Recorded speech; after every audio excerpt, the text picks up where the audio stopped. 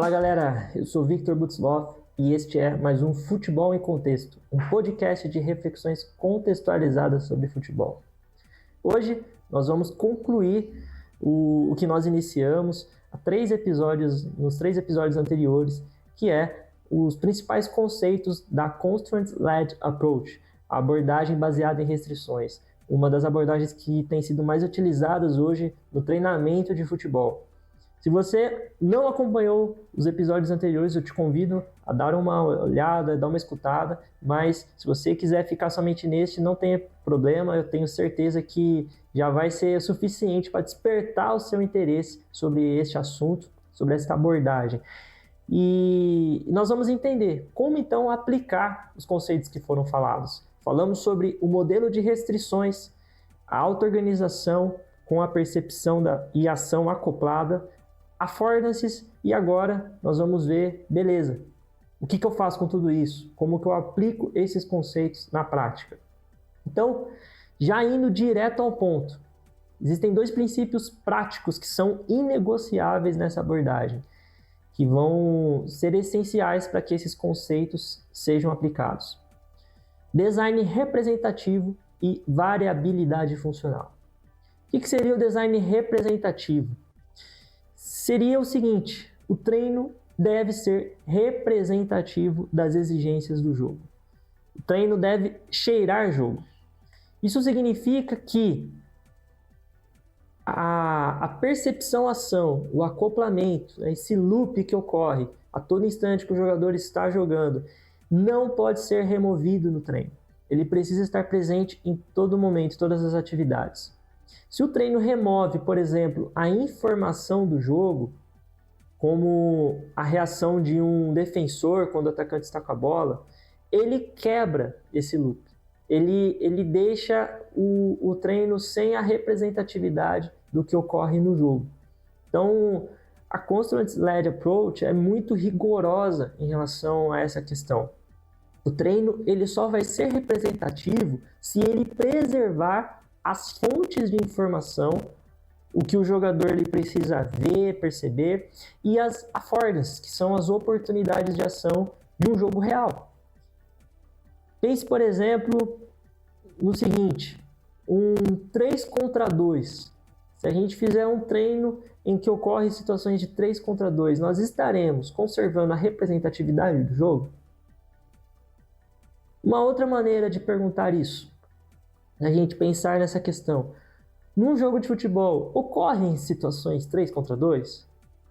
Sim. Situações de contra-ataque, por exemplo, quando ocorre uma transição ofensiva muito rápida e a equipe tem a oportunidade de fazer um ataque de contra-ataque, geralmente 3 contra 2, 3 contra 1. E o treino que oferece esse cenário, ele vai estar sendo representativo.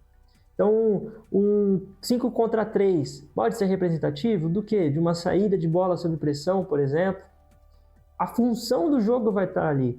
Situações que ocorrem no jogo estarão ocorrendo a todo momento. Então, isso é o design representativo.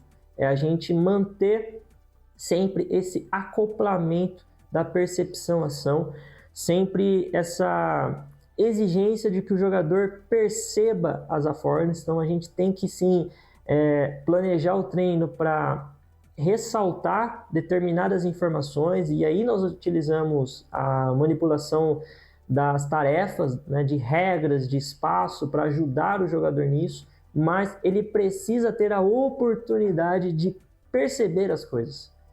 Ou seja, não dá para a gente num treino ficar dando soluções prontas.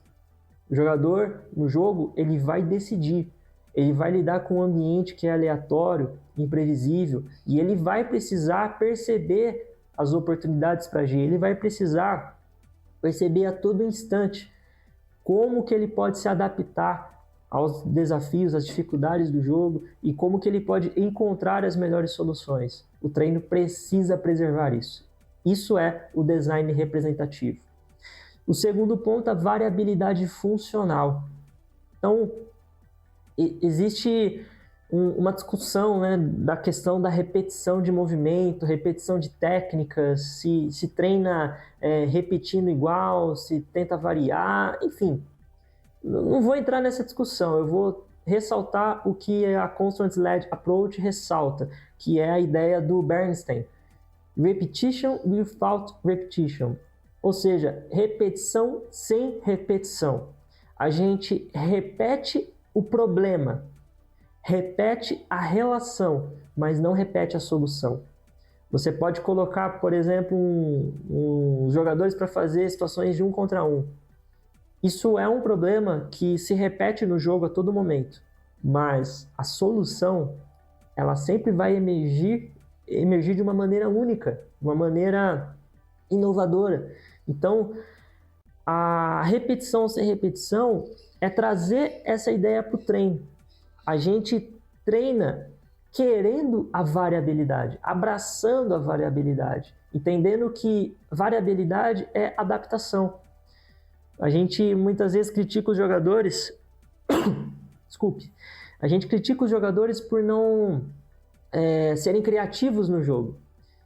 Por que muitas vezes os jogadores não são criativos? Pode ser que o treino não esteja exigindo criatividade dele, não esteja exigindo que ele resolva os problemas de formas diferentes. Então, é injusto um jogador, uma equipe que não tem isso durante a semana, no processo de preparação, essa necessidade de ser criativo, de ter que resolver os problemas de forma diferente, não é justo a gente exigir que na hora do jogo eles façam. Então, variabilidade funcional, junto com o design representativo, são 2 princípios inegociáveis para a abordagem baseada em restrições, e elas precisam ocorrer em todos os treinos. E aí, a gente pode, para uma aplicação prática, pensar numa situação de melhora da eficácia ofensiva num contra-ataque. Então, poxa, a equipe está saindo, né, contra-ataque toda hora nos jogos e não está conseguindo matar, não está conseguindo fazer gol. O que tem aí? Tem um processo de decisão, tem finalização, tem a questão de como optar pelo passe, como decidir. No design representativo, a gente poderia colocar 3 contra 2, mais um goleiro, partindo do meio campo. Então, o design preservaria o acoplamento da percepção-ação. Os atacantes teriam que perceber os movimentos dos defesas, ver como que eles restringem suas ações, como que eles limitam ou possibilitam oportunidades, também o goleiro, tudo isso como informação para agir, driblar, tocar a bola, chutar. Essas affordances ali no treino seriam affordances reais, porque ocorrem no jogo. E aí, a variabilidade funcional aplicada a isso?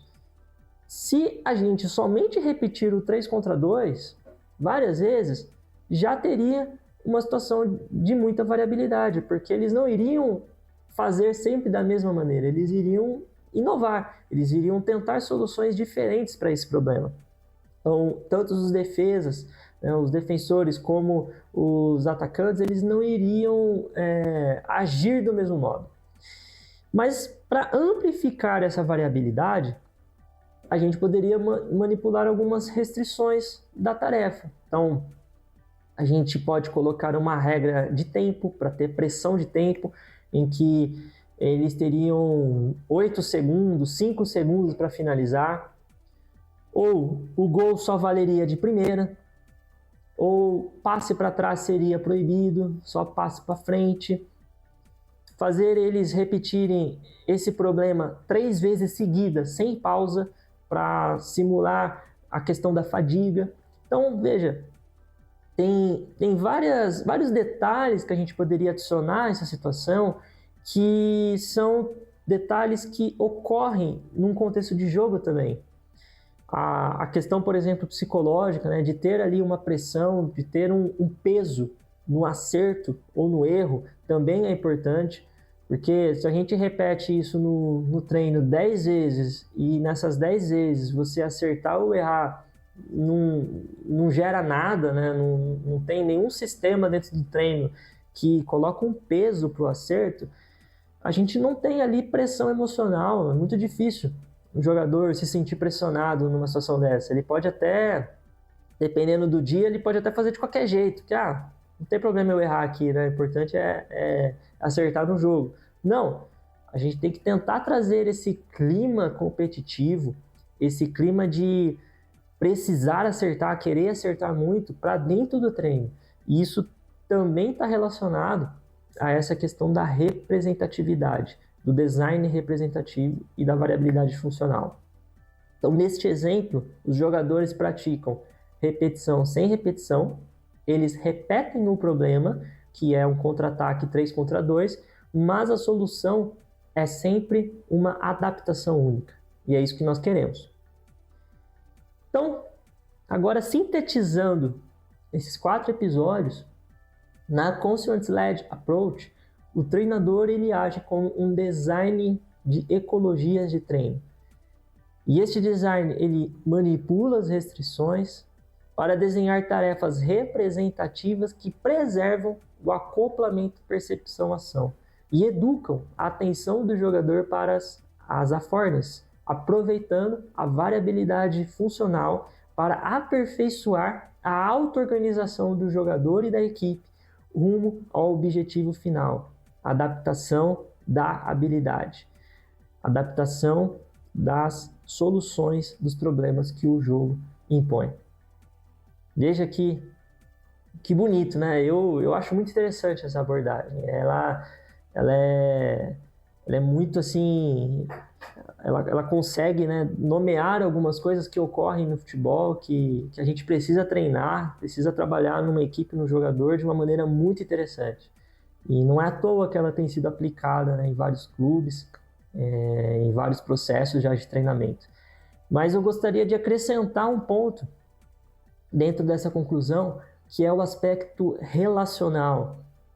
Quando a gente fala ali da relação interpessoal do treinador com os jogadores, dos jogadores entre eles, isso vai influenciar muito as restrições do indivíduo, a maneira como o jogador vai ser e vai estar ali na rotina da preparação, do treinamento e também no jogo.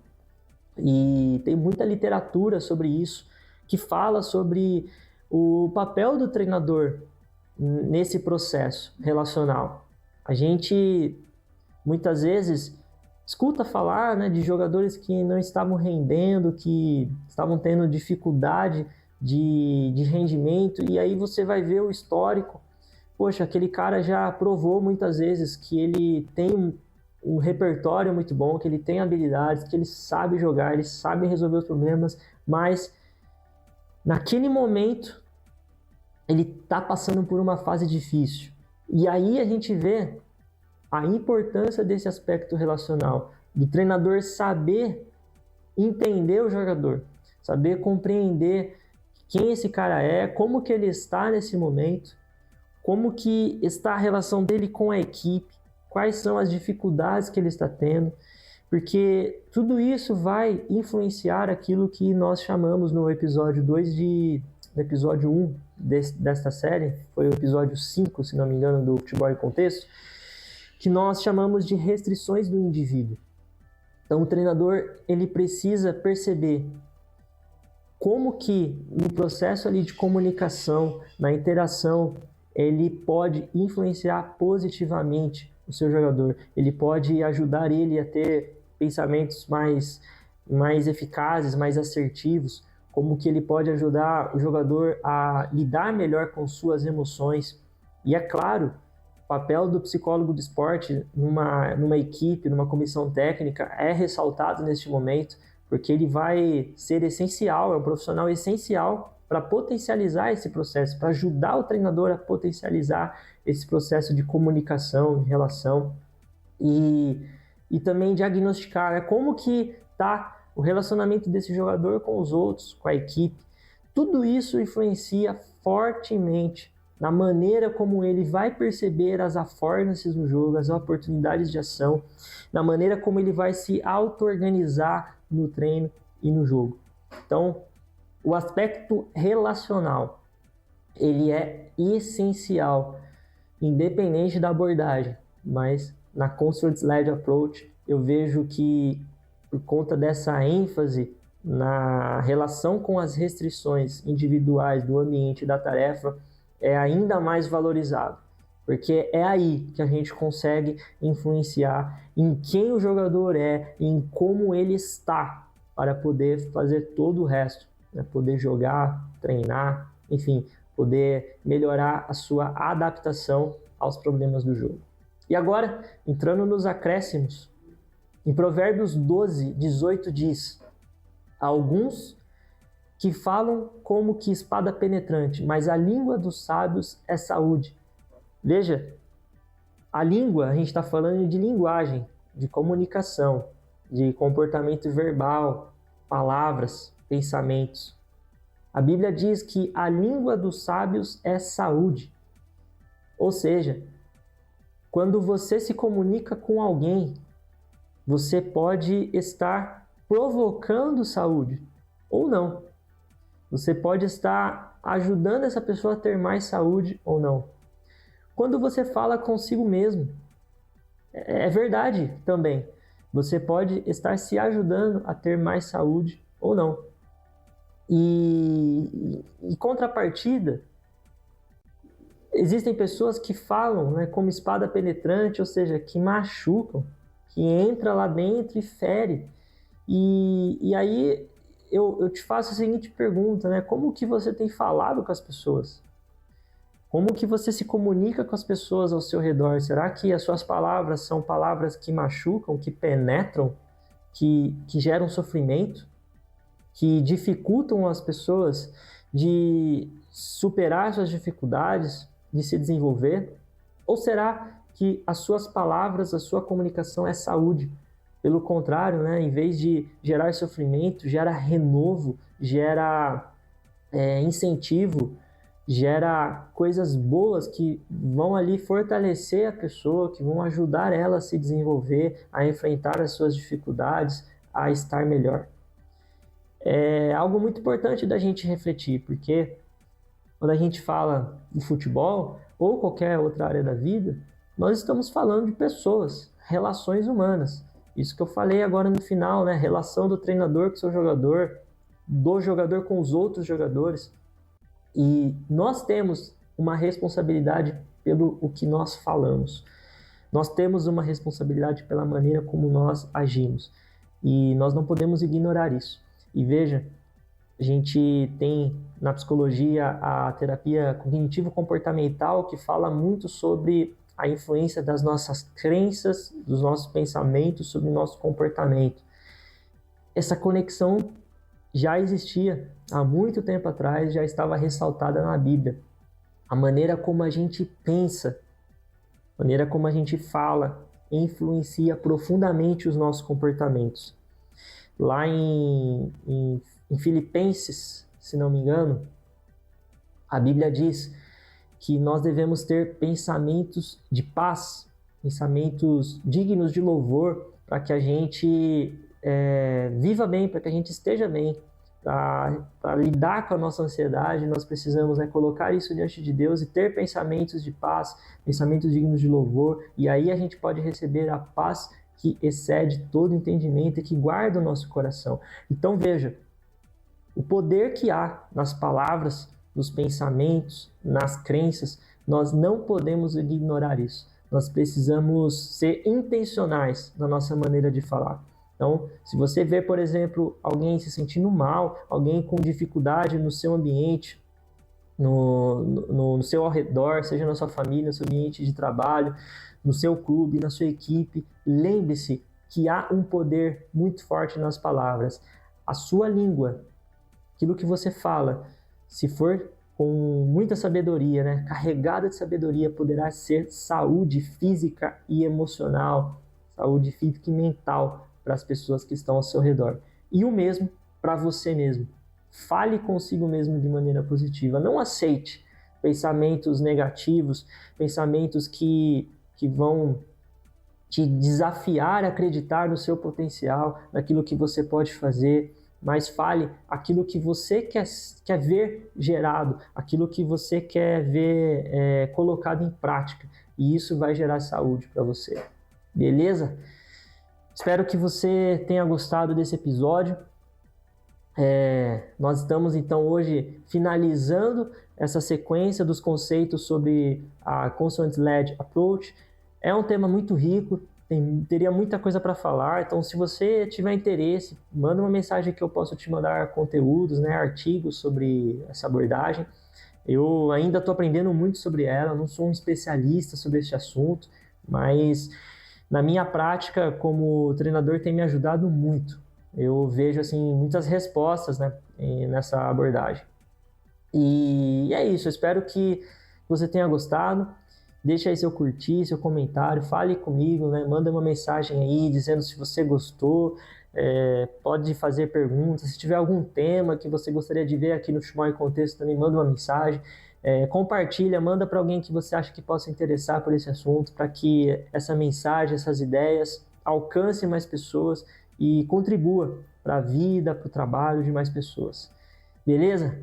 Um forte abraço, pessoal. Lembre-se, nós somos mais do que vencedores por meio daquele que nos amou. Em Jesus, você já venceu. Forte abraço e até o próximo Futebol em Contexto. Falou!